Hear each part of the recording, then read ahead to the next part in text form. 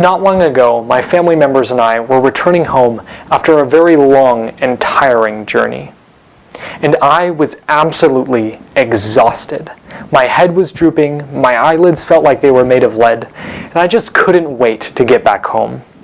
And soon enough, I saw the familiar lights of my house in the distance, and I was filled with such comfort and relief, knowing that we were finally at our journey's end.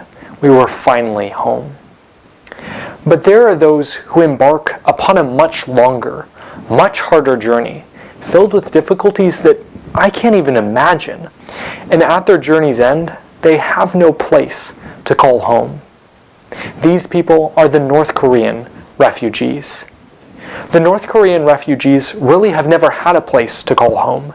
Each of these people have grown up under the shadow of an oppressive, totalitarian regime that cannot be called a home.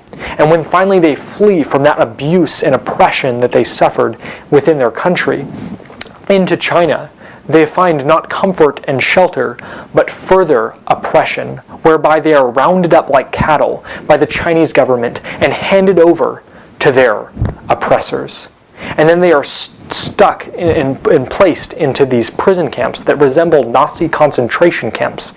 And in those concentration camps, nearly every single crime against humanity is committed on a systematic level.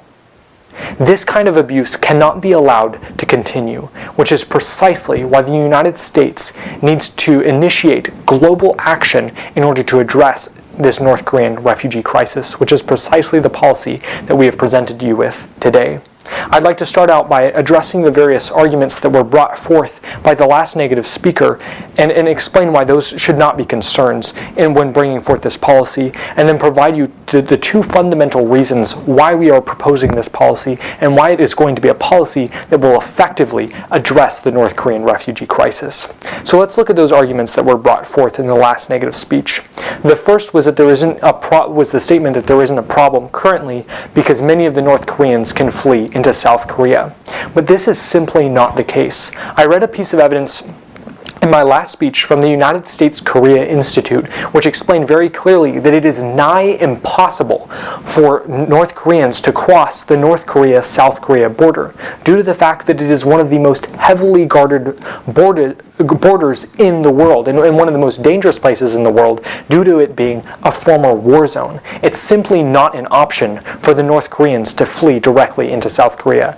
Their only other route in order to get to South Korea would be flee through China, and then hopefully by fleeing under the cover of night find a sympathetic country that is willing to transport them over to South Korea. That is by no means an ideal situation, and as such, the United States, it's very important that the United States get involved in this situation in order to be able to help these needy people find a true home.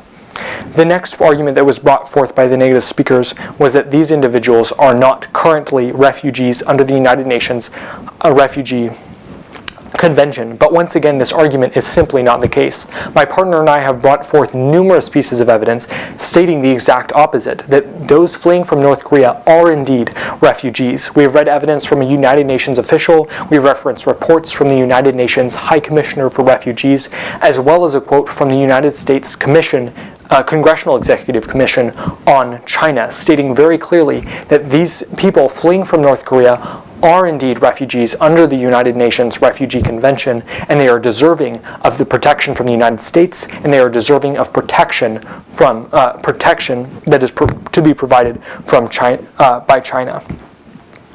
The last argument that the affirmative team or negative team brought forth was that China would not comply with this policy. They stated, how can we guarantee that China would want to cooperate with the United States in order to have these North Koreans resettled? In addressing this issue, what we have to understand is why China is currently repatriating these refugees. And we have to understand that China doesn't have just some evil desire to send these North Koreans back to back to North Korea so that they can suffer more atrocities. Rather, China is motivated by self-interest. They believe that because of their relationship with North Korea and because they see it as somewhat of a burden to resettle these refugees within their own country, they have decided that it would just be better for their country to simply send these refugees back.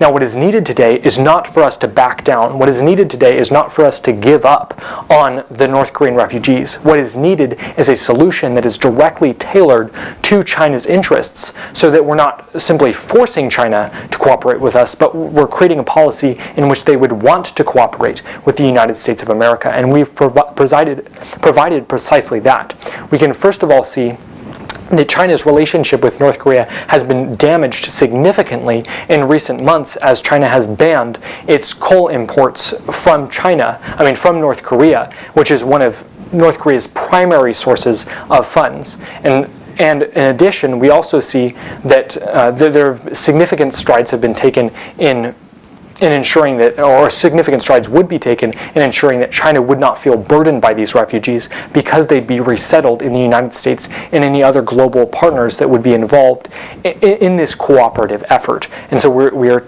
addressing both of China's concerns in this area, as well as providing a very significant interest for them to have cooperation due to the fact that China wants to be seen as a major player on the international stage and a player that is willing to uphold human rights. This would be a springboard opportunity, as the piece of evidence that we read stated. This would be an invaluable springboard opportunity for China to be seen as a leader on the world stage that is willing to uphold human rights. And as such, this policy would be in China's interests. We agree with the negative team that we cannot make China pass our policy or comply with our policy, but we can make them want to.